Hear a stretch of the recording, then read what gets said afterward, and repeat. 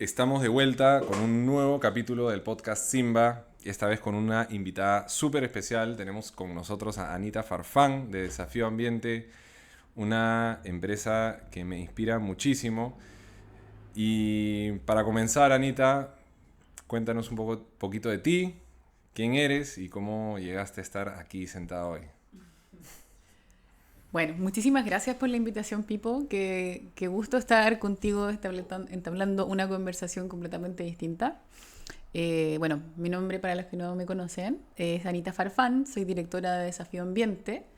Ya llevamos un año acá en este lindo país, en Perú. Establecimos una mirada a Latinoamérica y dijimos que la primera piedra que teníamos que poner era en Perú. Era un país cercano, de distancia con Chile, en donde están todas las cosas comenzando. O sea, estamos hoy día conversando de economía circular, de reciclaje, con un potencial y una mirada de futuro súper importante.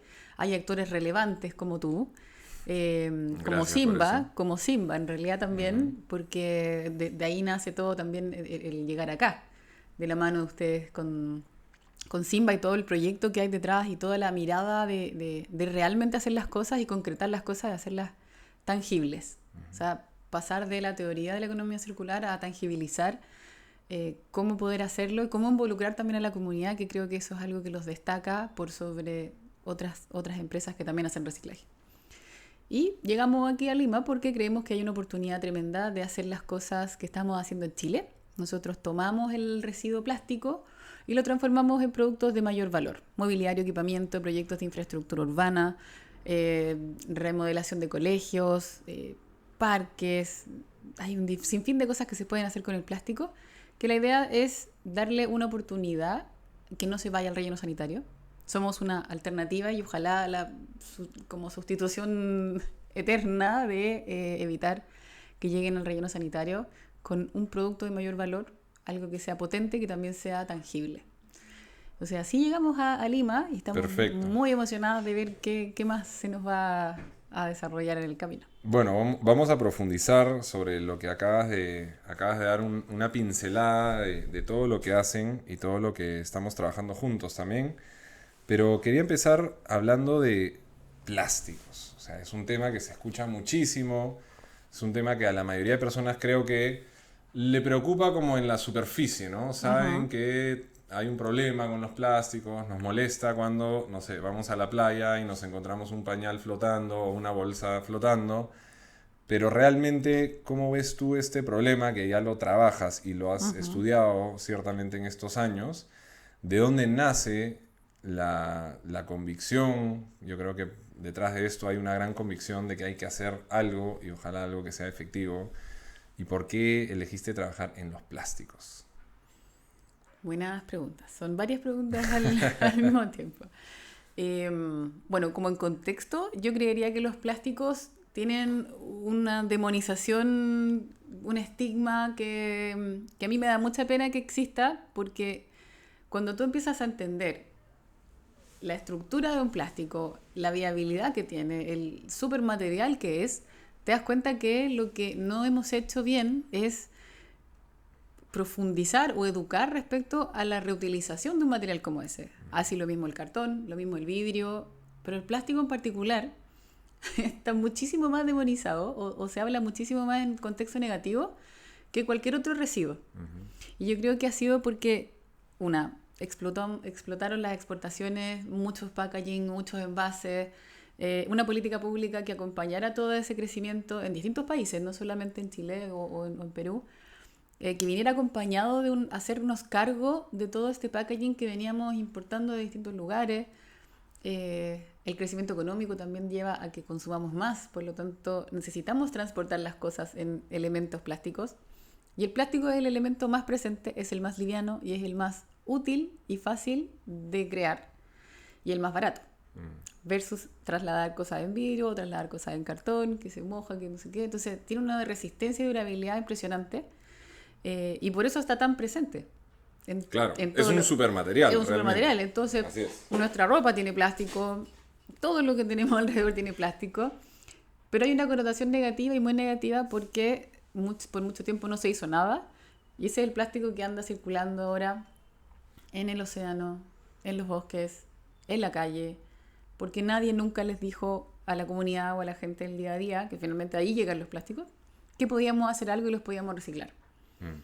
Entonces desde ahí parte como una mirada hacia adentro, decir, ok, yo sé, tengo esta información, entonces es momento de compartirla a través de un gran desafío que es ¿qué hago con tanto residuo plástico para que tenga mejor valor?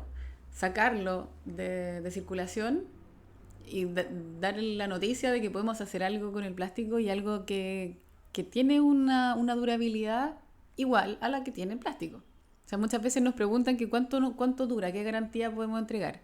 Y la verdad es que desde que se creó el plástico en el 1927 hasta el día de hoy, ya han pasado más de 80 años y el plástico sigue intacto. Entonces la durabilidad básicamente desde que se creó hasta ahora ya por lo menos puedo asegurar que son 80 años. Y no hay registros de que eso sea distinto. Entonces van a pasar 100 años, va a seguir y así sucesivamente. Entonces todo lo que podamos llegar a hacer con la reutilización de un elemento tan potente y tan valioso en su reutilización como el plástico es impresionante. O sea, podemos hacer de todo. Podemos hacer casas, podemos hacer caminos, podemos hacer juegos, podemos... ropa, o sea, la gente en China se ocupa las botellas de PET para hacer ropa. Mucha de la ropa... Acá en Perú también, ¿eh? Acá en Perú también, acá en Perú también. Sí. O sea, y todo está como tras bambalinas. Sí. Nadie conoce tanto lo que hay detrás de la industria del plástico. O sea, hay industrias alrededor de esto, reciclando plástico de todos lados. Pero el problema que está afuera, en el consumidor y en la gente, es el envase del packaging de comida.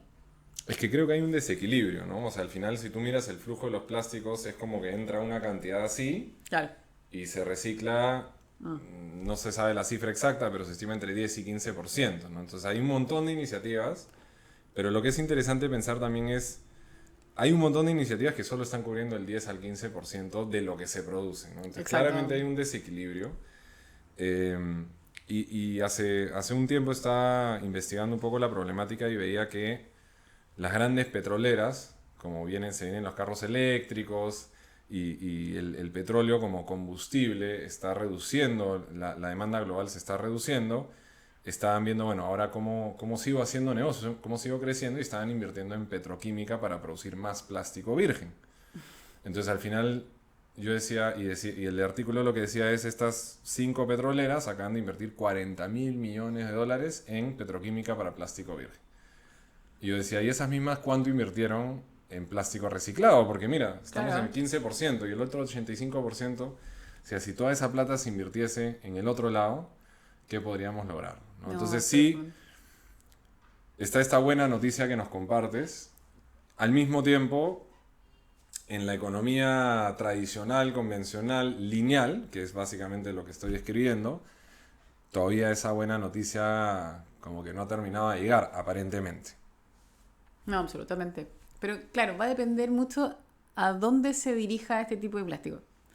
Porque, ¿qué pasa también? Y cuál es la barrera de entrada de que reutilicemos más plástico? Es que la mayor cantidad de plástico que se utiliza en alimentos. Y los alimentos necesitan tener una preservación de tanto tiempo y los plásticos tienen que ser muy buenos, de muy buena calidad. Muy limpios, no pueden estar contaminados. Exacto. Y ahí el reciclado se cae, pero inmediatamente. Hace muy caro finalmente el proceso de reciclar. Claro, hacerlo, Exacto. hay que filtrarlo, hay que limpiarlo, hay que lavarlo. Entonces, hay muchos procesos adicionales que hacen que a lo mejor el material pueda llegar en una mejor calidad a un producto como el de los alimentos. Y encadenado con el crecimiento de la población, con la expansión de mercados. O sea, aquí Perú exporta mucho alimento, Chile también, pero es imposible no llevarlo en un empaque, porque si no, no dura. Claro. Entonces los 30 días que se demoran en llegar a Europa o a China o a donde sea, no va a llegar en las buenas condiciones. No. Entonces ahí está el principal problema de por qué el reciclado no es tan masivo para la industria que más genera. Porque la gran cantidad de plásticos se generan a través de ese volumen de movimiento de alimentos.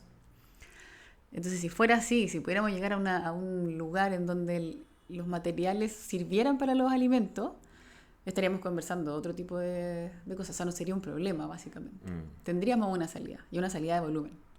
Aumentaría las tasas de reciclaje, aumentaría todo. Pero es un gran freno porque el uso está en los alimentos.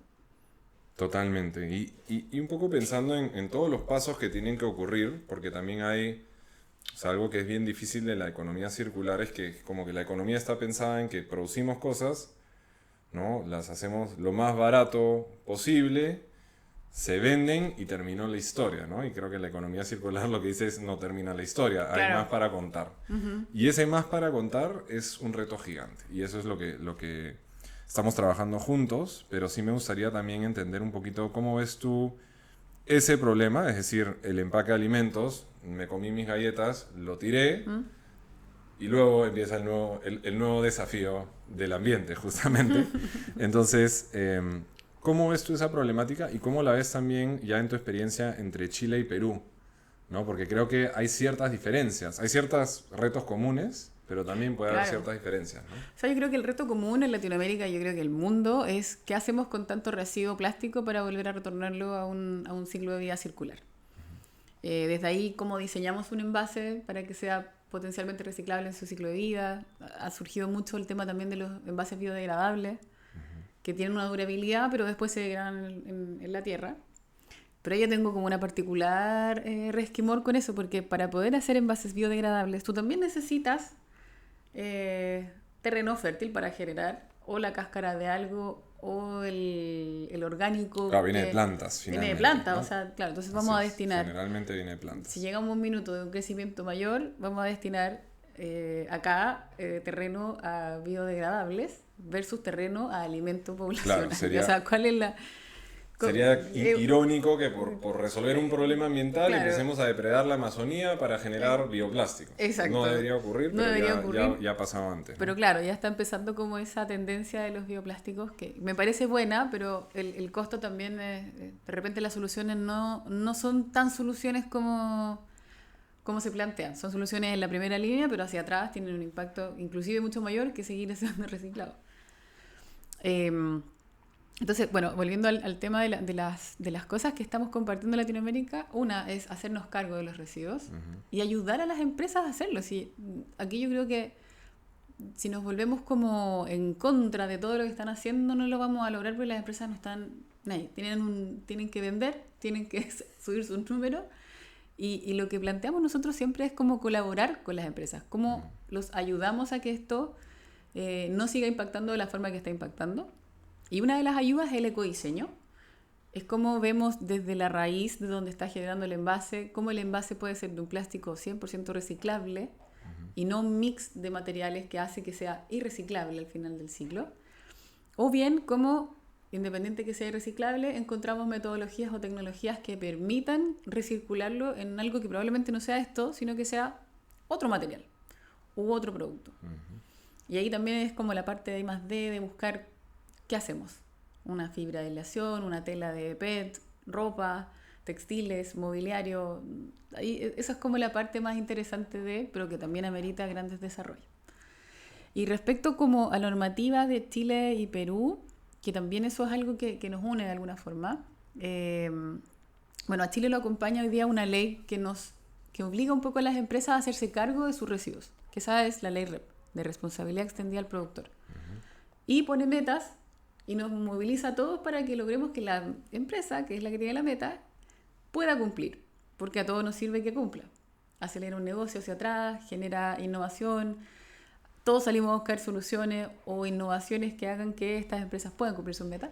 Y las metas, solo para dar el ejemplo en simple, es si yo vendo comida que está empacada en plástico y son 1.000 toneladas al año, el Estado me pone una meta, la ley me pone una meta de que tengo que recuperar, digamos, el 30% de eso. Entonces yo tengo que demostrar de que he logrado participar de alguna forma en la recuperación y reciclaje de 300 toneladas al año, básicamente, ¿no? Entonces eso es bien interesante porque, como dice Anita, al final se empieza a formar un ecosistema de soluciones para que las empresas puedan lograr ese objetivo. Y son miles de empresas, todas las empresas, ¿no? No solo las Coca-Cola, Pepsi, Nestlé del mundo, sino absolutamente todas, las del yogurt, la del La de jugo de vidrio, naranja, las del vidrio. las de batería, de combustible, Entonces, los aceites. eso es clave, ¿no? Esa es una legislación que en el Perú también estamos buscando. Hay una propuesta de ley, pero como sabemos, a veces en Perú es un poquito más complicado. Pero cuéntanos la experiencia de Chile, ¿no? ¿Cómo les ha ido? Mira, ha sido bien interesante porque al final implementarla también requiere pivotear y ver qué funcionó, qué no, cómo avanzamos y qué no. Yo creo que las cosas que sí han funcionado han sido las alianzas que se han generado para generar proyectos que permitan recuperar. Que empresas competidoras tengan que hacer una colaboración conjunta por una meta que es un bien mayor al fin y al cabo, pero también para que no los multen tan ferozmente. Pero creamos que es porque tienen una colaboración interna y que están buscando cómo recuperar sus residuos. Eso yo creo que ha funcionado súper bien. Las brechas yo creo que todavía están un poquito como al debe, es cómo haces que la población, que finalmente es donde tú dispones una marca de chocolate, dispone esto en la comunidad, en las ciudades, en los territorios, en regiones, etc. Y tiene una dispersión tremenda. Entonces, lograr que un sector recupere los residuos de esta empresa, más 1000 kilómetros más allá, también, más acá, entonces, esa dispersión ha sido muy compleja de unificar. Claro. Y hay una brecha educacional que es la que te hablaba al comienzo. Que la gente no entienda qué sí y qué no y por qué se puede reciclar es un gran desafío. Que la comunidad esté informada para que pueda también hacer su trabajo al revés. Claro, participar y no que se contamine todo Claro, en el proceso. Claro, porque muchas veces, por mucho tiempo pasó que todo era en un mismo lugar, todo se juntaba y después no había forma de segregar ese residuo. Entonces, la brecha educacional en el sistema de gestión de la ley REP, yo creo que es un desafío importante. Algo que sí o sí se tiene que materializar en actividades, en acciones, en todo. Y lo otro es que hay muchos residuos que quedaron fuera del radar. Nos fuimos a los residuos que todos sabemos que sí o sí se reciclan. Un polietileno, vidrio, cartón, papel de cierto tipo, pero quedaron afuera otros papeles. Y en el mundo de los plásticos quedaron, de los que nosotros usamos y que se pueden reciclar, todos quedaron fuera. Ah, sí. Todos en Chile fuera. no está incluido No está los incluido. flexibles, los empaques de galletas, de papitas. Si yo reciclo envases de yogur. Los sachets, tampoco. Tampoco. Mira. Si yo reciclo todo eso, no tengo a quién decirle, lo estoy haciendo, lo estoy haciendo nadie me está obligando, lo estoy haciendo. Y se puede. Entonces, ¿y cuál es el argumento técnico para eso? Es que es todavía muy difícil, es todavía muy embrionaria la tecnología. ¿No se considera que hoy todavía se tiene la escala para poder imponérselo a toda una industria? Yo creo que la salida es la que hace que no haya atracción de esos residuos. Es mucho más fácil reciclar polietileno y polipropileno, que son los más típicos. Tapas de chapitas de bebida, envases de detergente, que es mucho más común y esos residuos siempre se han reciclado, toda su vida. Pero lo que está como el outsider de todo esto son los envases de yogur, los flexibles, los envases de empaques de galleta, que quedan fuera. Claro. ¿Por qué? Porque, los tomamos, consumimos todo el volumen que hay. Y hoy día las tecnologías son o cogeneración, que es incinerar todo este residuo, o transformarlo en algo mejor, que en nuestro caso es madera plástica. Y hay otra alternativa más que relleno sanitario. Yo creería... Es contaminarlo, es tirarlo detrás del cerro, claro, y taparlo con tierrita, ¿no? Claro, yo creería que nunca hubiera existido. Claro. Meter el problema bajo la alfombra. Digamos. Exactamente, o sea, dejarlo allá y listo. Ajá. Quemarlo puede ser una alternativa, pero tiene su impacto. Tiene sus emisiones. Y transformarlo en algo que va a aportar a cualquier lugar también. Pero también tiene una cuota de... Por ejemplo, si hago millones y millones de mesas de picnic, ¿dónde las meto? Claro. ¿Qué me las va a comprar?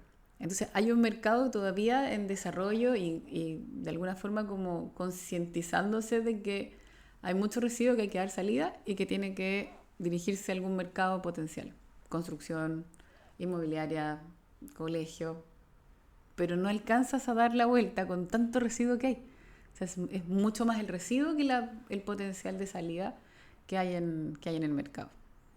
Ese ha sido, de hecho, adelantando uno de los grandes retos, ¿no? Nos hemos dado cuenta en esta alianza, que ahora la vamos a describir, pero adelanto un spoiler de que digamos que residuos plásticos es lo más fácil, digamos, entre comillas. El reto no es conseguir esos plásticos porque la verdad es que hay tanto.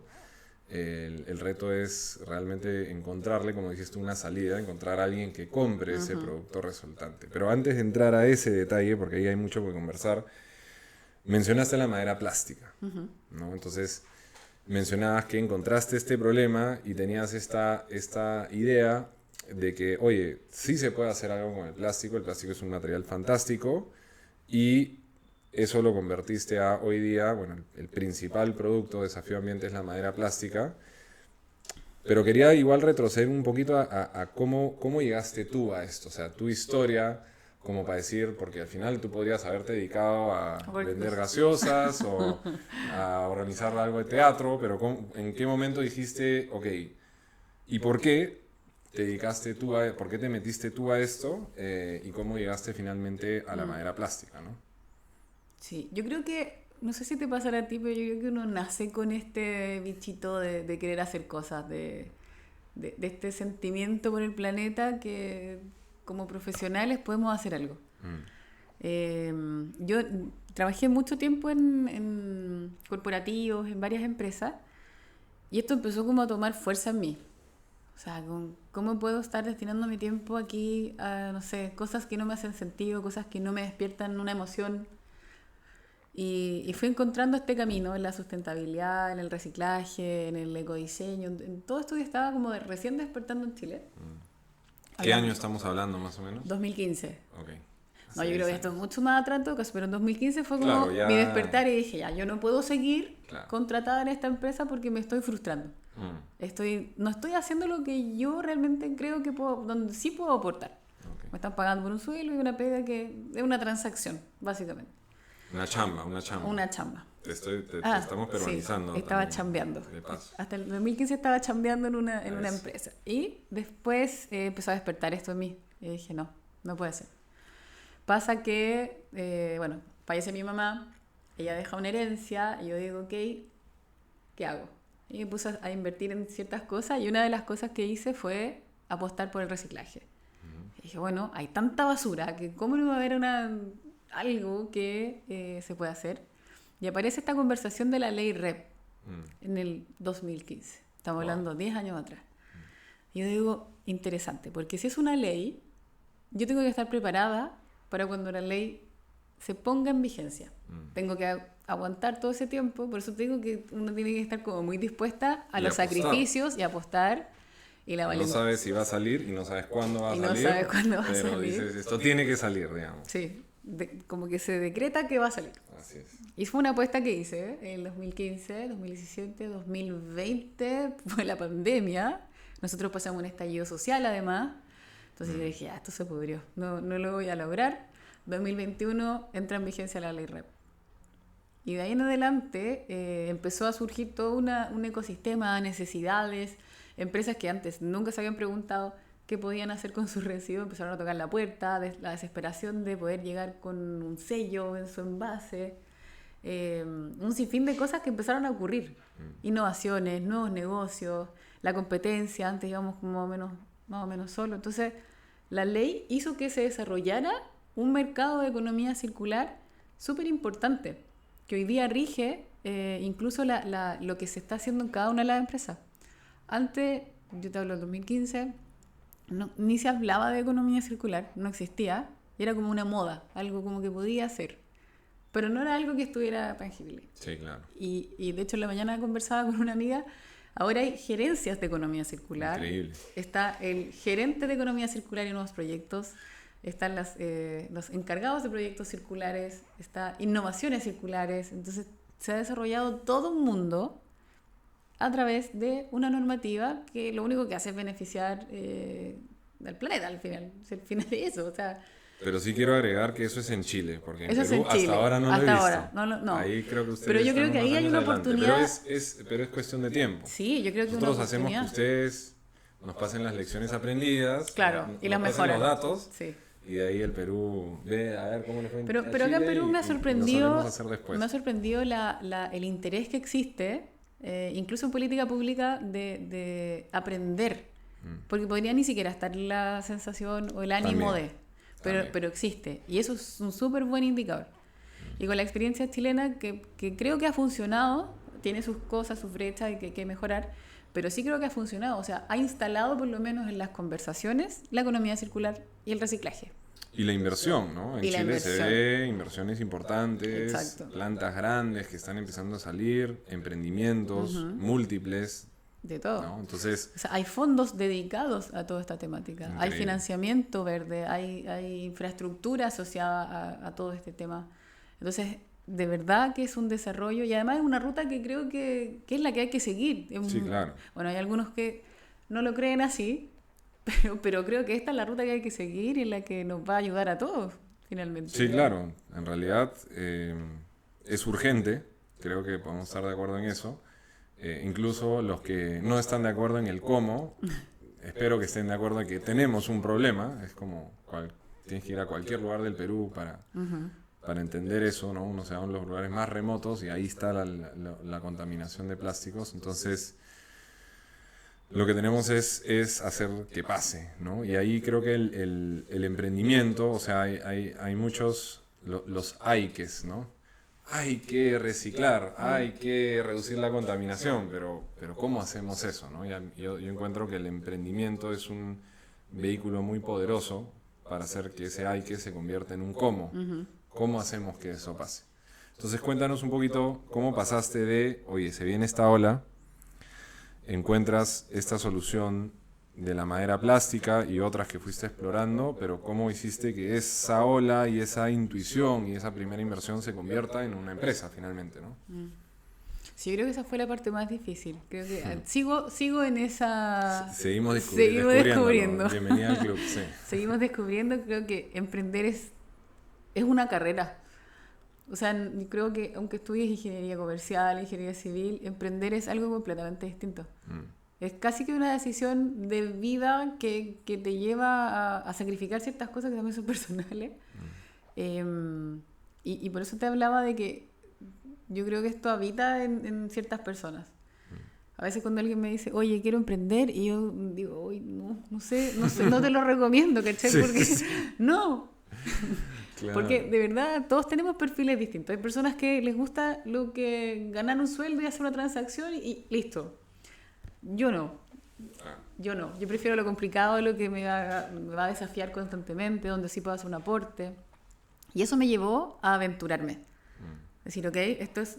Bueno, y cuando lo hice, que fueron 10 años atrás, también dije, es ahora, porque cuando esté más adulta no lo voy a hacer, no voy a tener las mismas ganas de hacerlo. Son momentos en la vida también. Sí, para mí era ese momento y más adelante yo sabía que o iba a haber cansancio y es muy fácil también cuando estás con algo muy estable quedarte ahí.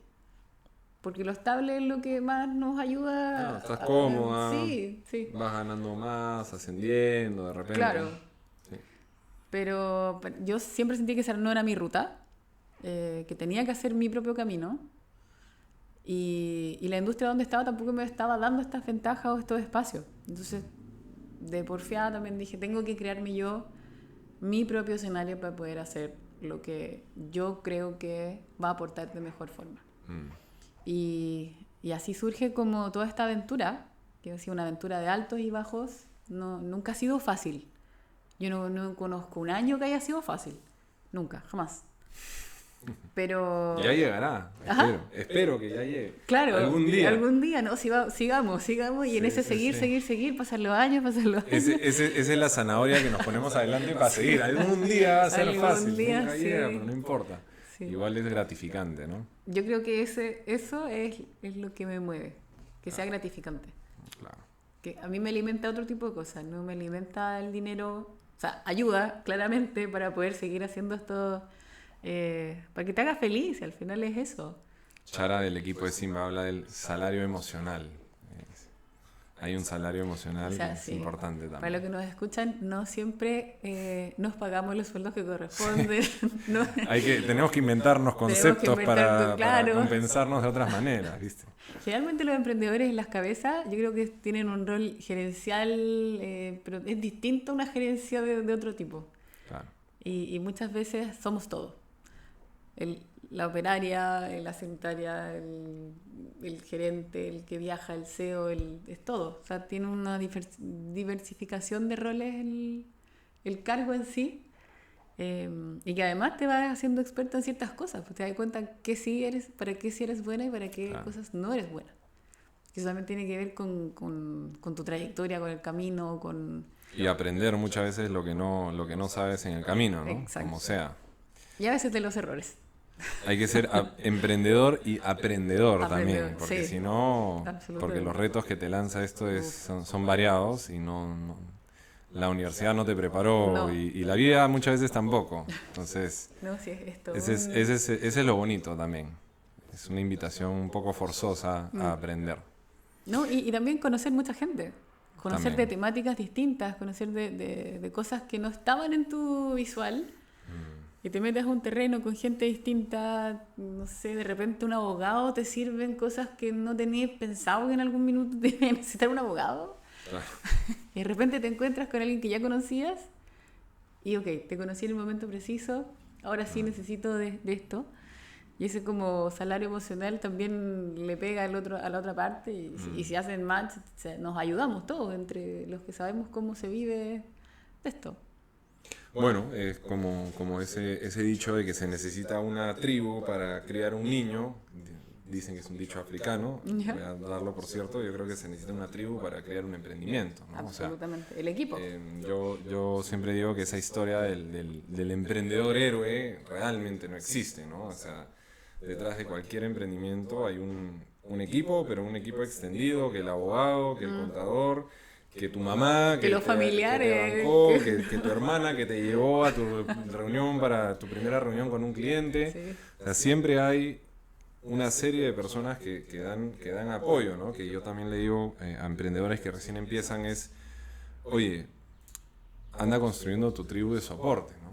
Incluso si estás rodeado de gente que dice, mira, no hagas eso, qué mala decisión, no vayas por ahí. Pucha, si tu sueño es fuerte, pues cambia de amigos incluso, ¿no? Porque necesitas nutrirte. Uh-huh. Porque ya es un camino que requiere mucha energía y necesita gente que te dé más energía, no que te la quite, ¿no? Entonces, eso es súper importante. Quería volver un poco a la cronología para decir, o sea, que nos cuentes un poquito en este camino y digamos que hasta que llegas a Perú y nos conocemos en el 2023. ¿Puede ser? Sí, yo creo 2023 por ahí. Wow. Hasta que nos conocemos en el 2023, ¿cuáles han sido como los momentos, escuché un término el otro día que me encantó, que son los parteaguas, ¿no? Como se te partieron las aguas, como la Biblia. Abrieron camino, ya. Entonces, como los momentos donde dices, aquí hay como un antes y un después, o podríamos considerarlos como los grandes hitos en el camino que dices, ok, pasó esto y ahí como que, pum, dimos un salto, ¿no? De repente. Entonces, cuéntanos alguno de esos momentos en la historia de Desafío Ambiente. Yo creo que uno importante fue, bueno, es que Chile tiene muchas alternativas de poder ir a hacer soft landing a distintos lugares.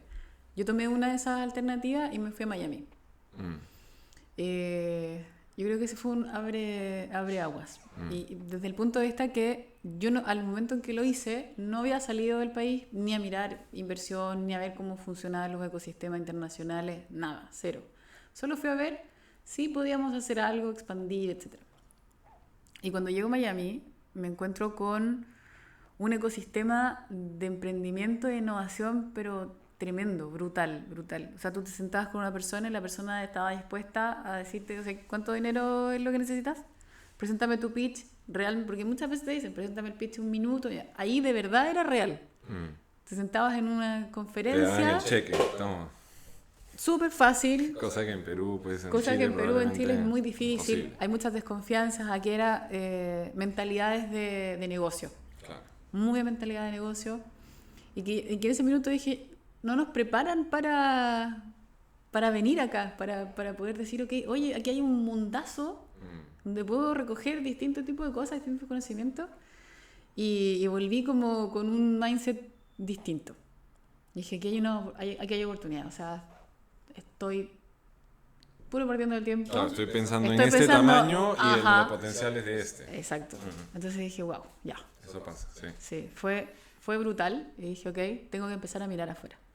Y posterior a ese viaje pasa que también fue la oportunidad de venir a Perú.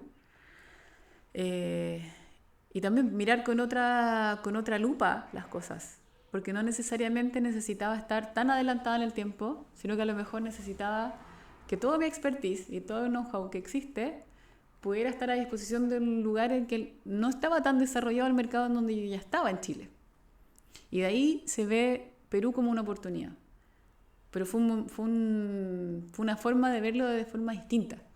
O sea, yo sabía que llegar acá no iba a ser un negocio mañana, no iba a ser fácil, hay un mercado que desarrollar, pero también así mismo partí en 2015 cuando dije la ley REP va a salir, tengo que estar preparada, y todavía creo que aquí va a pasar lo mismo. O sea, todo apunta a que va a pasar, no sé cuándo, pero va a pasar. Pero ese fue un momento como radical en mi forma de mirar las cosas. Y luego de eso parten también como otros momentos de apertura. Fue cuando por primera vez nos quisieron comprar. Esa no la conozco, a ver, cuenta. Y dije, wow, nos quieren comprar. Y vienen todos los... No sé si han escuchado el síndrome del impostor. Sí. De qué tengo yo, que me quieren comprar, que quieren poner plata, cuánto vale la empresa. ¿Cómo le pongo una tarifa a la empresa? ¿Qué es lo que valorizo? Las máquinas, la gente, el know-how, ¿qué? Y empezaron todas esas preguntas. Era una muy mala negociación en ese minuto, pero para mí, como era la primera, dije, esto es. Igual hacerse las preguntas y pasar por el proceso es muy valioso. Es súper bueno. Claro. Sí, no terminó en nada ese proceso, porque... Mejor. Sí, claramente. Porque, claro, íbamos iguales, estaban queriendo comprar una gran cantidad de la empresa a un precio muy bajo, a costa del sacrificio y trabajo de la fundadora. Entonces no era muy equilibrada esa transacción. Y bueno, se cae. Pero eso fue otro momento en que yo digo que aquí hay oportunidades también de cómo fraccionamos la empresa, cómo nos hacemos las preguntas de crecimiento, cómo se articula un pensamiento ya más internacional, no solamente una empresa nacional, y cómo se articula, qué tenemos que hacer. Y ese fue otro momento en que dije, ok, en Perú está cerca, hablamos del mismo idioma, podemos ayudar también de lo que ya conocemos y cómo podemos armar un camino juntos con empresas que están, y de ahí nace conocerte a ti. ¿Cómo encontramos los aliados? ¿A quién necesitamos? Un buen aliado, empresas responsables, empresas que estén haciendo realmente cosas y que tengan, y yo creo que ahí fue como el match, el romántico, que había alma sostenible. No era como transportar basura porque sí, sino que había todo un concepto, un valor. Y yo creo que eso fue también otro momento, de saber que... Yo de verdad cuando te conocí dije, él como que tiene lo mismo que tenemos en Desafío en Chile, acá. Eso como, sí podemos ganar dinero, pero el propósito es mucho mayor. Cuesta encontrarlo. No es tan fácil. El emprendedor sostenible no es tan fácil de encontrar. Es una persona que está más comprometida que el resto, que tiene una conciencia mucho más abierta o comprometida con el planeta que todos los demás negocios. Y estamos dispuestos muchas veces a más cosas, o a transar, o a dejar de lado muchas cosas también, por un bien mayor. Ya sea por la familia, por los niños, por los hijos, por el planeta, por lo que sea. Qué interesante lo que dices. ¿Y qué crees, así yéndonos un poquito a lo filosófico, ¿no? ¿Qué crees que cuáles son como los insumos, los ingredientes de ese mindset, de esa conciencia de sostenibilidad que has encontrado en el camino, ¿no? Yo creo que... buena pregunta, porque claro, nunca me he puesto a analizar cuáles son esos ingredientes. Pero sí creo que está muy ligado a las personas. Creo que todo este ecosistema no es tan transaccional financieramente, es una transacción más personal, persona a persona. Y tiene que ver con la credibilidad de las cosas que están haciendo y la confianza que pueden depositar en la comunidad. Hacer cosas con medio ambiente es muy fácil cometer errores o que te... No sé, por ejemplo, a ustedes les puede pasar que justo lo grabaron porque la basura no la recogieron y es un tema súper sensible en la comunidad. Y ustedes tienen una visión, están mostrando cosas, etcétera, y basta como así un pequeño... Claro, un videíto algo. y es como, no, esto Y va. es una estafa. Esto ¿Cachai? no, claro. Pero nadie cuestiona... Es sensible. Nadie cuestiona las petroleras, nadie cuestiona las embotelladoras, nadie cuestiona nada. Pero nosotros es fácil que nos caigamos con cosas muy pequeñitas porque estamos muy más ligados a un factor de la comunidad. Estamos mucho más en el... Estamos regidos por otro estándar, de alguna forma, claro. por lo que declaramos, ¿no? Exacto. Entonces despertamos en la comunidad este espíritu, creo yo, que es muy auténtico de hacer cosas realmente con impacto. Que yo siento que la comunidad o la gente que no está metida en el tema no lo percibe tanto de otra empresa que diga que es sostenible, que está haciendo un proyecto sostenible. Yo creo que se identifica mucho más con empresas como las nuestras y por lo tanto ven lo genuino detrás de eso. Que creo que esa es la parte como que de verdad construye este tipo de ecosistema.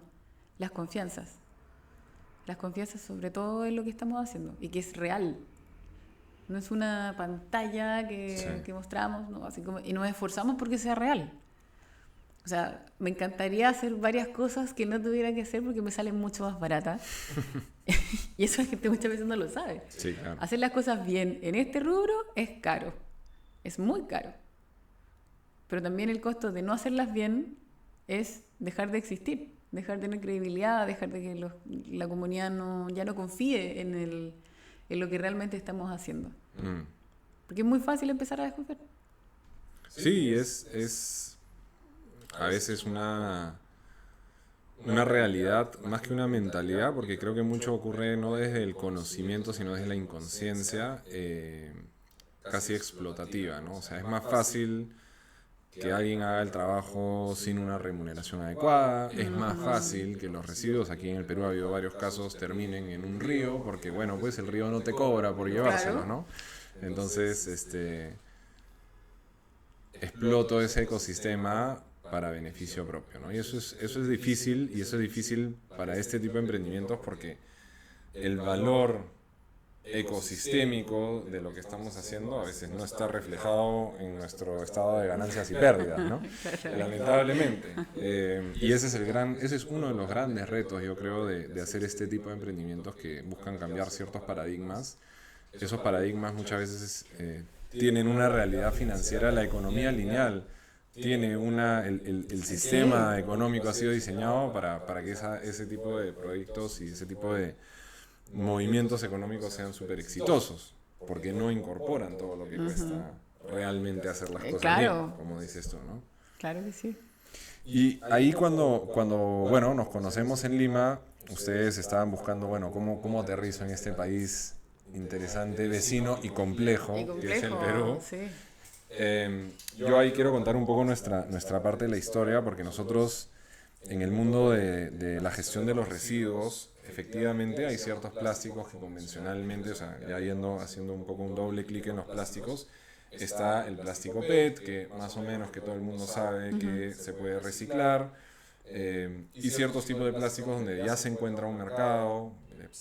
Principalmente en el Perú se habla en el mundo del reciclaje del plástico duro, que vienen a ser polietileno y polipropileno rígido para los más técnicos, y el film, que se llama, ¿no? Que es el polietileno, que es básicamente el film de embalaje, y los que son parecidos. Le llamamos también convencionalmente el plástico más chicloso, ¿no? Que es como el que se estira, y tienen que estar limpios además, ¿no? Entonces, ¿qué nos pasaba desde Simba? Y mirando no solo la problemática nuestra como gestores de residuos, sino mirando la problemática de toda la comunidad de recicladores con la que ya estábamos colaborando, es que hay un montón de materiales plásticos que están quedando fuera, que no conseguimos un mercado, que están de repente un poquito demasiado sucios, o que, como dijiste, son materiales que están pegados los unos a los otros, como en el caso de la famosa bolsita de las papitas fritas, que todo el mundo la ha visto, que por dentro es medio metálica y por fuera es bonita, con colores. Bueno, eso es un material bilaminado, ¿no? polipropileno biorientado, creo que es el término técnico, pero es un material laminado o de muchas capas, y eso básicamente no encuentra su mercado, ¿no? Entonces, ¿qué nos pasaba a nosotros? De que recibíamos todos estos materiales, mucha gente pensando que, bueno, plásticos, bacán, todos los plásticos se reciclan, y sin el conocimiento de que en verdad mucho de lo que estaban mandando como reciclaje, pues se terminaba llevando un relleno sanitario, no porque no queramos hacer las cosas bien, sino por falta de opciones. Entonces, veníamos siempre con esa pregunta, buscando también nosotros una respuesta desde la innovación a ¿qué hacemos con todos estos materiales que tenemos que nosotros, que al final es una merma de nuestro proceso, de nuevo, porque no hay, el mercado peruano no está ofreciendo soluciones, ¿no?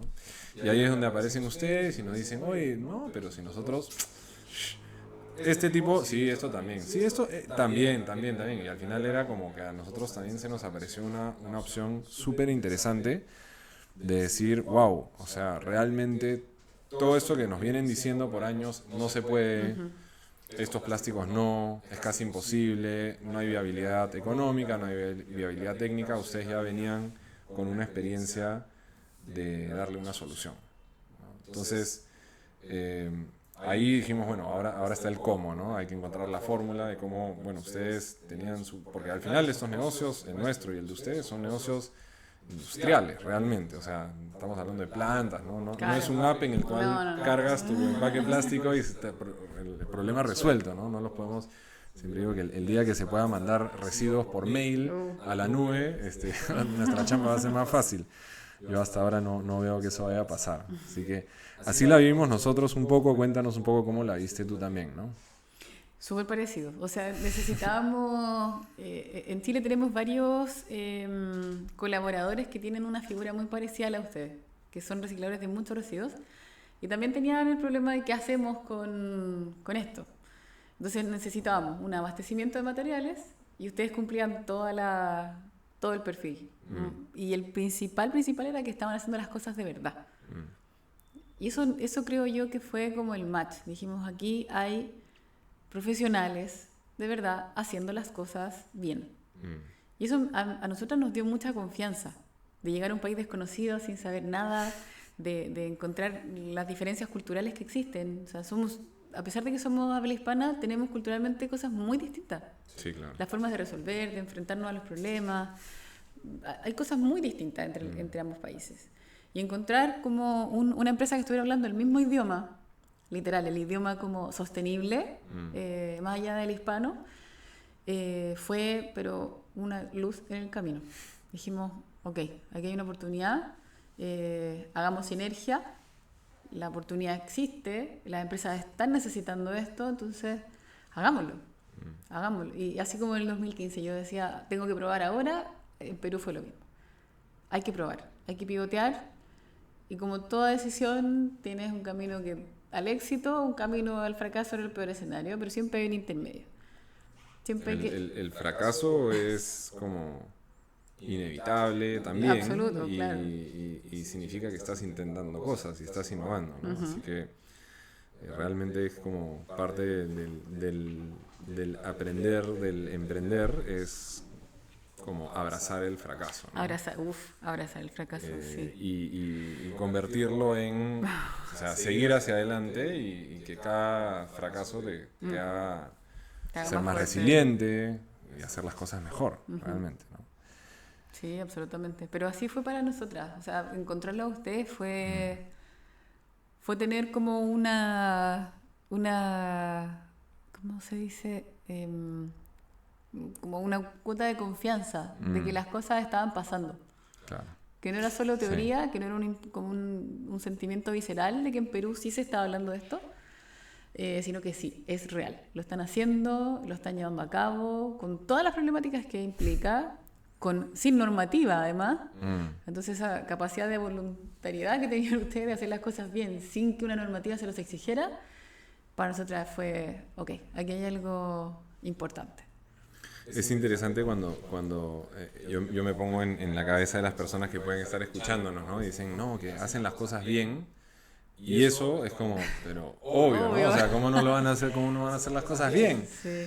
Pero en realidad, para quien sabe del mundo del reciclaje y los residuos, y por lo menos en el Perú, en Chile seguramente también hay sus esqueletos en el closet, pero en el Perú realmente, si uno conoce este sector y se ha recorrido el campo y ha visto, ha visitado, es como, no es trivial, o sea, no es como uno pensaría, por eso digo, ¿no? Cualquiera diría, pero ¿qué está diciendo? ¿Hacer las cosas bien? Eso es como, todo el mundo debería hacer las cosas bien, ¿no? Pero la realidad es que lamentablemente no es el caso. No, no es el caso. No es el caso, o sea, y eso es un poco también lo que hablamos mucho con nuestros clientes, que a veces piensan pues que, no sé, no han visitado a sus proveedores y no saben cómo se ve esa realidad y por qué el esfuerzo que le ponemos nosotros a tratar de hacer las cosas bien, porque estamos lejos de ser perfectos, pero como eso ya es un diferenciador y no es fácil. El ecosistema te lleva en otra dirección a veces, ¿no?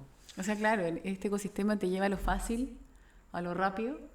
Y bueno, para los que nos escuchan y nos ven, cuando hablamos de hacer las cosas bien, también significa poder hacer una trazabilidad desde el origen hasta el final.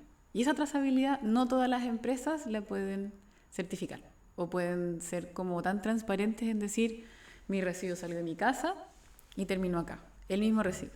En muchas ocasiones ese residuo se va a otro lado, que es en este caso como rellenos ilegales, lugares inadecuados. No, en Perú donde no tiene que más de irse. 1000 botaderos ilegales en Lima, ¿no? Pero en todo el Perú deben ser más de 10.000, no sé. Imposible de contar. Sí. Y la trazabilidad es imposible. Claro. Entonces, la trazabilidad es parte como un buen indicador de que las cosas se están haciendo bien. Sí. ¿Cuántos kilos se han recuperado? ¿En qué se terminó ese residuo? ¿A dónde se dispuso? Importante también en el Perú, también ya de experiencia, es el que la trazabilidad ir más allá del documento, ¿no? O sea, un papel que dice lo llevé acá, te lo produce casi que cualquiera en el Perú. Entonces, sí es súper importante ver esa trazabilidad con los propios ojos, ¿no? Es fundamental, en realidad. Sí. Por eso siempre invitamos a la gente a que vaya a la planta, que conozcan, que vean, que hagan incluso el mismo ejercicio de reciclar y hacer cosas. Siempre sí, la gente se sorprende cuando hemos participado en procesos de contratación como para nuestros servicios, siempre proactivamente les decimos vengan a la planta y es como que no tengo que luego auditarte forzosamente, no, ven, te abro mis puertas proactivamente y eso es como raro para mucha gente. Sí, ser emprendedor en sostenibilidad es ser bichos raros, no somos tan típicos como las empresas. De hecho, es muy open source, o sea, las máquinas están ahí, claro. El secreto es... No hay secreto, realmente. O sea, por eso ser honesto y genuino con lo que se está haciendo, yo creo que es el mejor secreto. Y chocamos contra paradigmas, ¿no? Porque muchas veces a nosotros nos pasa, ¿no? Bueno, Simba, bonito, están facturando tanto, ¿no? Lo que sea. Y hablas con un inversionista y te dice, pero ya estás patentando algo, ¿no? O sea, ¿dónde está tu propiedad intelectual? Y es, no, todo lo contrario, yo no quiero patentar, quiero que más gente pueda hacerlo. Digamos, acá no estamos hablando pues de la cura al cáncer ni de ciencia física nuclear, ¿no? O sea, al final, y de nuevo, si tenemos algo que estamos haciendo que ayuda a resolver el problema de fondo que queremos resolver, bienvenidos sean, ¿no? Pongo un Simba al costado mío, no me importa, si con eso llegamos más lejos. Tenemos un gráfico en nuestras presentaciones que es como, estos somos, ¿no? Nosotros ahorita estamos procesando alrededor de 500 toneladas mes. Entonces ponemos un puntito, estos somos nosotros, ¿no? Y toda la lámina es, este es el tamaño del problema, entonces vienen 3 más y ese puntito no se movió aún la aguja, lamentablemente, ¿no? Entonces... Esto, algo que nosotros hacemos harto en Chile es la colaboración, que también ha sido súper... si un inversionista yo le digo, oye, soy muy amiga de mi competencia y compartimos información, el inversionista lo primero que dice, no, nunca más, claro. Elimínalo de tu gestión, pero es tan grande el problema que da lo mismo. Sí, claro. Estás creando mercado. Estás creando, estratégicamente, silenciosamente estás creando mercado con tus aliados. O sea, hablar de madera plástica en Chile todavía no es un tema instalado. Entre los 2 o entre los 3 o entre los 4 vas a poder hacer más que tú solita frente al mundo, ¿no? Y hablando de colaboración, de hecho, decimos, bueno, vamos, veamos cómo hacemos esto y dijimos, bueno, vamos a necesitar un poquito de fondos. Invitemos, Y creo que claro. algo bonito que fue que como abrimos el espectro a decir, bueno, ¿a quién le interesa que esto pase? Y empezamos a tener conversaciones con diferentes actores que se terminaron sumando a la posibilidad de, le llamamos un proyecto piloto, para valorizar lo que hemos llamado, bueno, no sé si es un término oficial o no, pero a mí me gusta que son los plásticos complejos, ¿no? Como estos plásticos que no son los fáciles. Claro. Y ahí se sumó, bueno, los voy a nombrar porque creo que es importante, a Nestlé, Mondelez, a Amcor, Latitud. a Grupo Vidasol Grupo Vidasol. y a Latitud R, como un proyecto paraguas que trabaja en el reciclaje inclusivo. Y que básicamente eso viabilizó mandarnos, ¿no? Porque finalmente, pues, con los ahorros de Desafío Ambiente y Simba, como que no íbamos a llegar tan lejos probablemente. Entonces, eso también es importante, ¿no? Y eso en base a la colaboración. Y ahí creo que algo que también resalto en ese acto de colaborar, estaba Sí, Nestlé y ajá, Mondelez, que son sí, en muchas categorías competencia, absolutamente. ¿no? Y el mismo Amcor, que es como proveedor, Sí. pero al mismo tiempo como todos coinciden en que necesitan una solución a este problema y son parte de ese Yo problema. creo que eso fue uno de los factores que más me llamó la atención, Mm, la colaboración entre las competencias, que aquí en Perú se dio, yo no sé si es tan común, pero con esta apuesta que hicimos, se dio. Y fue súper como potente que cada uno presentó sus cosas, etcétera, pero estaban con un foco mucho más allá. sí. O sea, intentando resolver un problema que era común. Y esos acuerdos no son tan comunes como nos gustaría. Mm, En Chile no se da tanto. O sea, como te digo, o sea, nos dijeron, ¿qué hacen hablando con la competencia? No, por favor, no. claro. Y para nosotras era como, oye, tenemos que hacer algo. A muchos los asesoramos, los ayudamos como a construir mejor ciertas cosas, ciertos aspectos de hacer madera plástica o de enfrentarse a residuos.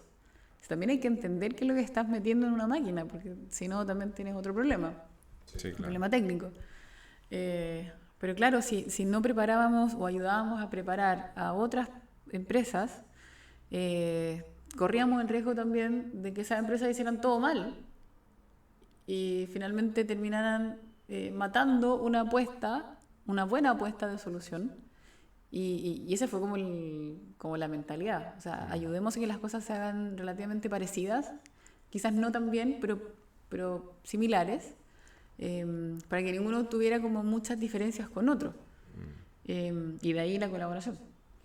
Pero claro, llegar acá y ver toda esta sinergia que había entre las empresas, la gestión, la confianza que también depositaron en ustedes en Simba y en nosotras, de que íbamos a ser capaces de levantar este proyecto piloto, fue tremendo. Fue muy, muy virtuoso y bueno, sigue avanzando con sus dificultades claramente. Pero termina siendo una apuesta hacia la sostenibilidad, un proyecto que creo que podría ser el inicio de muchos otros proyectos que se puedan hacer.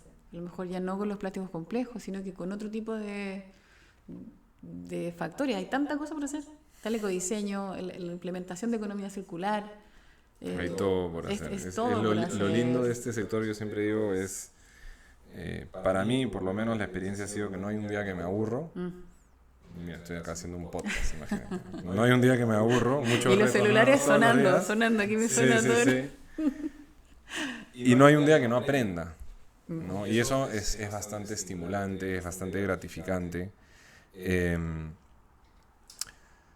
Quiero volver a un punto, porque me he dado cuenta que hemos hablado no sé cuánto tiempo, un buen rato ya, y no has contado qué es la madera plástica. Así que cuéntanos un poquito del proceso. Vamos a esperar que pase la sirena. No creo que no se escuche. Ya está. Hemos hablado un buen rato, pero hasta ahora no hemos hablado de qué es la madera plástica. Entonces me gustaría igual que nos cuentes técnicamente cómo se hace la madera plástica, qué es, de dónde viene y cuáles son sus bondades y sus propiedades. Véndenos la madera plástica, por favor. Ok.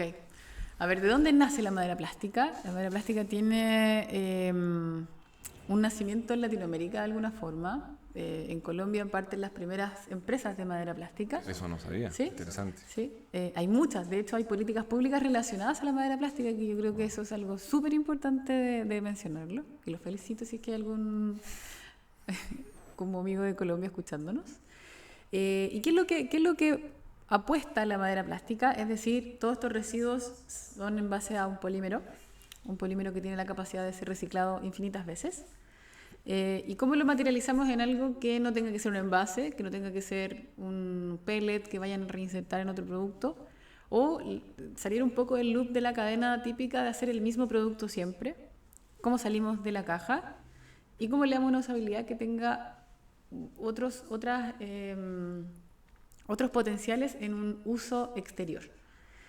Si partimos de la base del plástico, el plástico es durable, es resistente, por eso se ocupa en los alimentos, o sea, no deja penetrar ningún tipo de insecto, o sea, tiene muchas propiedades que vienen ya naturalmente en este tipo de polímeros.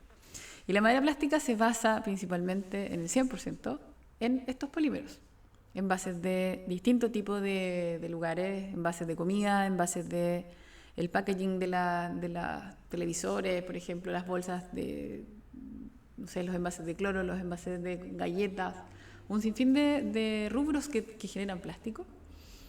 Y nosotras, ¿qué logramos hacer? Un mix de este tipo de plástico para mantener las propiedades similares o lo más parecidas a la madera natural. Pero no se pone madera. Pero no es sé. 100% plástico. Es 100% reciclado. plástico. Perfecto. Se conoce como plastimadera, ecotabla. Hay un debate respecto a cómo debiese llamarse. Pero está hecho 100% de madera. ¿Y por qué de plástico? Perdón, de plástico. Perdón, si no hay madera, nada orgánico. ¿Y por qué el formato de la madera natural? Porque fue lo más fácil, el lenguaje más simple de decir, ok, se puede usar como sustituto de la madera natural. Y así nace un formato o distintos formatos asimilables a los formatos que existen en el patio de las barracas de madera natural, porque tiene además una usabilidad muy importante que es resistente. Resistente al frío, a la humedad, a la nieve, al calor, a los insectos, a todo. O sea, es muy durable. Toma todo lo mejor del plástico claro. y lo usa a su favor. Y lo usa a su favor. ¿No? Entonces, ese plástico ya no va a estar flotando en el océano, sino vamos a capturarlo y producirlo y ponerlo en un lugar donde realmente aprovechamos el que no se degrade, como es en un mueble, en un material constructivo. Claro, ¿no? Y podemos hacer un recambio incluso de toda la matriz de madera que tienen los mobiliarios urbanos, evitándonos la mantención, evitándonos un costo adicional que tienen que pintar, barnizar. Aquí nos olvidamos de esto, nos olvidamos de ese problema. Y además, una tabla de plástico cuenta toda una historia detrás. Además que no se tiene que talar un árbol, un bosque, para poder obtener ese material. Exacto, o sea, el impacto ambiental que tiene, y eso como dato rosa, la huella de CO2 que tiene la madera natural versus una tabla de plástico reciclada, es 200 versus 2000. 10 veces menos. 2000 kilos de CO2 versus 220 kilos de CO2. O sea, es tremendo impacto. Es tremendo impacto. Y además es mucho más durable. La madera sí, lamentablemente, tiene su ciclo. Eso es kilo por kilo, 10 veces menos, pero además te va a durar. Te dura eternamente. No estamos talando los bosques, cuidamos y preservamos nuestra forestación. No estamos sometidos a que se pudra, a que se astille, a cualquier otro problema que generalmente está asociado a la madera natural. Y aquí no. Acá tenemos durabilidad, resistencia, sostenibilidad. Contamos historias de reciclaje. O sea, una tabla de plástico contiene el trabajo de muchísimos recicladores de base, de todos nosotros, de emprendedores que están buscando alternativas, de personas que se dedicaron a recuperar ciertos plásticos y los fueron a llevar al punto limpio. O sea, hay todo un trabajo que hay en elaborar solo una tabla de plástico. Más allá de la durabilidad y la resistencia. Es un trabajo colaborativo realmente, sí, también. O sea, es un producto que refleja una colaboración extensa que ha tenido que ocurrir para que exista. O sea, si no hubiera reciclaje, no podríamos hacer tablas de plástico reciclado.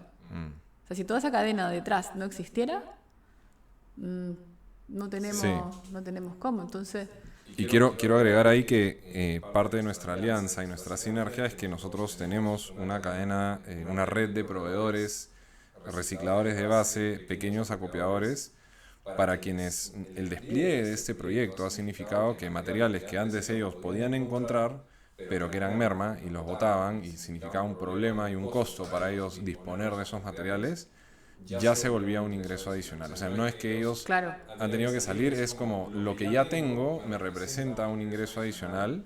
Y no solo un ingreso, finalmente muchos de los, diría la mayoría de los recicladores tienen también una preocupación y unas ganas de contribuir, y el hecho, así como nosotros, que nos dolía botar estos materiales, ya se les está dando una solución más. Entonces, hemos logrado, digamos, ayudarles en su, digamos, calidad de vida a través de mayores ingresos, y también a darle una solución y a reducirles la preocupación de que su trabajo, que es un trabajo descontaminante, pueda realmente serlo, ¿no? Sí, absolutamente. O sea, incluso creo que ahí hubo una innovación social súper importante, la cual en Chile no ocurre. Un material como el que nosotros recuperamos en este consorcio no se recupera en Chile y tampoco tiene un valor económico. Creo que lo que se hizo en ese pequeño espacio de dar un valor a un material que antes no tenía, fomentó una economía local importante, con stakeholders que ustedes ya tenían. Claro. Entonces es un beneficio tremendo. O sea, hacer madera plástica no es solamente hacer un material durable, resistente, sino que tiene de verdad muchos componentes sociales y económicos que benefician hacia atrás, a una cadena que es muchas veces muy invisible, que es la de las personas que están haciendo el trabajo cuadra a cuadra, en la calle, ensuciándose las manos.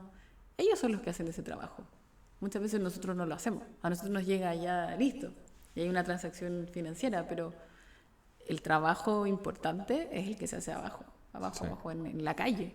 Sí, en la calle, en las casas de las En las personas, casas. ¿no? En nuestro sistema de hogares desplegamos este sistema donde tenías tu bolsa de plásticos flexibles al costado, que también estamos metiendo al sistema. Entonces, realmente sí hemos logrado, y ha sido un reto grande para entender. Nos llegan todos los días preguntas sobre qué sí va y qué no va, pero lo bonito es que hoy, antes la mayoría de las respuestas es: este plástico lo puedo poner en mi reciclaje. Antes, no sé, cuando ya eran plásticos controversiales, digamos, el 80% de las respuestas eran no. Hoy día el 90% de las respuestas son sí, Claro. ¿no? Entonces es lindo ver cómo las personas hemos podido articular, y eso es una de las razones por las cuales es tan difícil hacer estas cosas, porque realmente requiere de un sistema de colaboración a una escala ojalá creciente, para que podamos abarcar más, ¿no? O sea, la escalabilidad aquí es directamente proporcional a nuestra capacidad de lograr articular colaboración en la sociedad, finalmente. Claro, y eso también como una invitación también a instalar conversaciones de que todos los envases tienen que estar con su nomenclatura. Porque todas estas preguntas que tú dices tienen relación con esta no educación, y que también yo, si no estoy metida en el rubro, no me voy a poner a aprender qué tipo de plástico es. No me interesa. Pero si el envase tiene un sello que dice que es reciclable, claramente hubo una autoridad previa que dijo que está autorizado, se recicla, hay industria para hacerlo, hay capacidad instalada para hacerlo. Y es mucho más fácil poder hacer esa gestión que intentar identificar qué es lo que, o intentar interpretar sí o no. Entonces, hagámosle también, ayudemos a que la gente nos ayude, si al final necesitamos. En Chile ya existe, ¿cierto? Sí, He visto un distintivo. hay un a ver si- sello, elijo reciclar es uno, y el otro es el sello reciclable. En Perú todavía no. Así Pero- que por favor, lo podemos hacer nosotros, llámennos, o de repente lo impulsamos, Sí, pero instalar sellos es... la verdad es súper importante, y también es importante para no caer en el greenwashing, ¿no? Porque con los plásticos pasa muchísimo que la gente, digamos, hace no sé cuántos, 50 años, se estableció este sistema en la industria plástica del triángulo famoso con las flechitas, con el número adentro. Y lo que mucha gente no sabe es que esa flechita, que parece ser el símbolo de reciclaje, todo el mundo dice: ah, mira, pero no, es reciclable, tiene el símbolo, y lo único que te está diciendo es el tipo de plástico que es. Claro. No te garantiza ningún Nada. nivel de reciclabilidad. De hecho, el plástico con el 7 significa solo nada más que no otros es, tipos de plásticos. que no es reciclable. Y que además, generalmente no es reciclable. Entonces, es muy y lo veo todo el tiempo, ¿no? El otro día alguien me preguntaba por un vasito que tenía el mismo símbolo de reciclaje y si tú mirabas muy de cerca decía, cuidemos el ambiente. Pero el vaso no era reciclable. Entonces, oye, ni siquiera me estás dando la oportunidad, ¿no? Porque me estás dando un vaso no reciclable y me pusiste el símbolo y encima me pusiste un mensaje genérico que en realidad nada que ver con el diseño de tu vaso que ni siquiera es reciclable. Entonces, sí hay un llamado importante que es el ya olvidarnos del greenwashing, ¿no? El greenwashing es muy latente y me imagino que tú también te lo has encontrado, Lo he ¿no? encontrado siempre. De hecho, muchos de los clientes llegan a nosotras, por lo menos en Chile, para poder hacer proyectos que al final terminan siendo un poco de greenwashing. O sea, a la larga lo que buscamos es que la economía circular se instale, que los proyectos o las cosas que se hagan tengan durabilidad. Si los residuos no van a seguir, no se van a acabar. Claro. Son todos los meses de Sigue fluyendo. Sigue fluyendo. O sea, las líneas de producción siguen no para, ahí 24/7. no está parando, claro. No es como que tengan una tasa y esa es la que hay que recuperar. O sea, al contrario, crece todos los días. Todos los días hay más productos puestos en el mercado y crece. Entonces pasa mucho.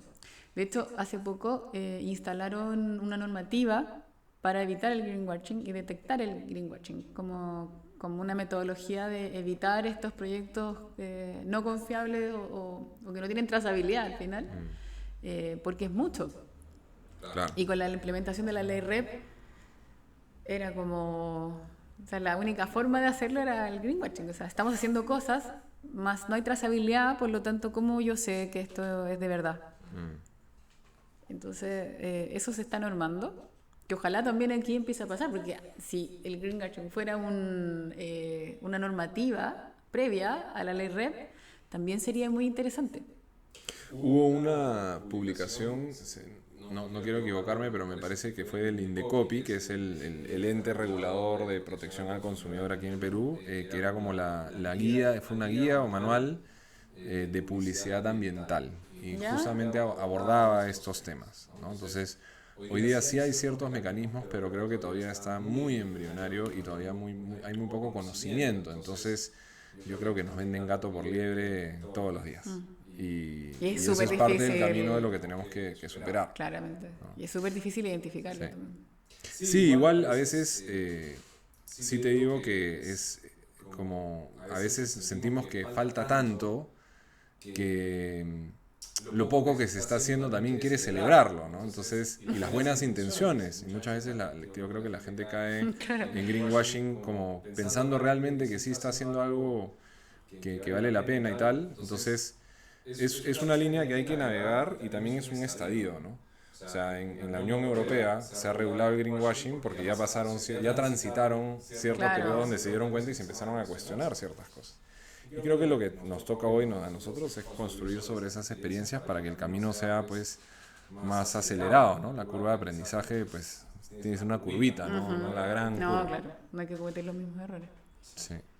Oye, algunas reflexiones finales, algunas palabras. ¿Qué le quieres decir al público, a los emprendedores que están de repente como la Anita del 2013, 14, 15, pensando en en sintiendo que quieren darle más propósito a lo que están haciendo? Déjanos ahí unas ideas finales. Uy, ideas finales. Yo creo que, bueno, principalmente haber llegado acá ha sido sumamente desafiante, pero sumamente gratificante, porque he aprendido muchísimo, he aprendido de mí.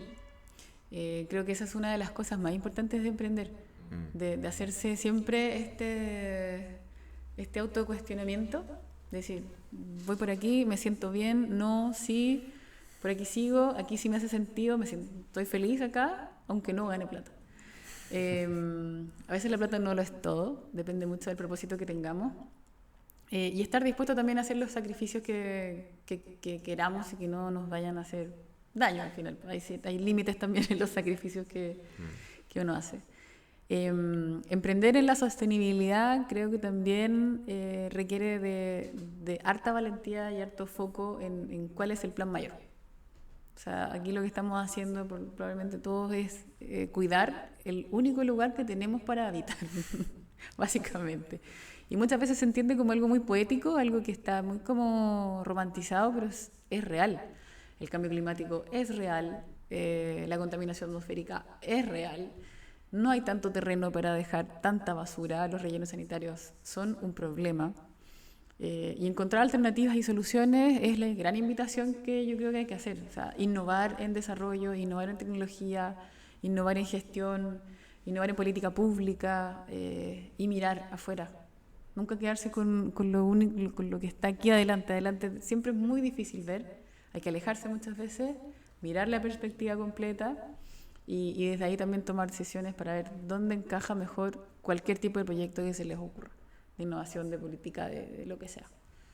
Así que esas serían como mis reflexiones. Buenísimo, buenísimo. Bueno, yo siempre digo que se habla mucho del triple impacto, ambiental, social y económico. A mí me gusta agregarle un cuarto impacto que es el inspiracional, porque mucho de lo que hacemos, de nuevo, volviendo a la imagen del puntito y el enorme problema, es totalmente transparente. Desafío Ambiente no va a resolver el problema de los plásticos en el mundo. Simba no va a resolver el problema de la basura. Vamos a darlo todo por contribuir fuertemente a que se resuelva. Pero al final, ese cuarto impacto que existe es un impacto inspiracional. Y ciertamente lo que ustedes están haciendo nos viene inspirando a nosotros y nos sigue inspirando, y le deseamos todo lo mejor a Desafío Ambiente. El propósito es común y compartido y universal, y que vengan solo cosas buenas para ustedes. Igualmente, ustedes también nos inspiran mucho. Gracias. Mucho, mucho. Así que muchas gracias por la invitación, chicos. Habrá otra para seguir contando cómo siguen esos propósitos. Muchísimas gracias. A ti. Listo, doctor. Pobrecito. ¿Qué tal? ¿Conforme?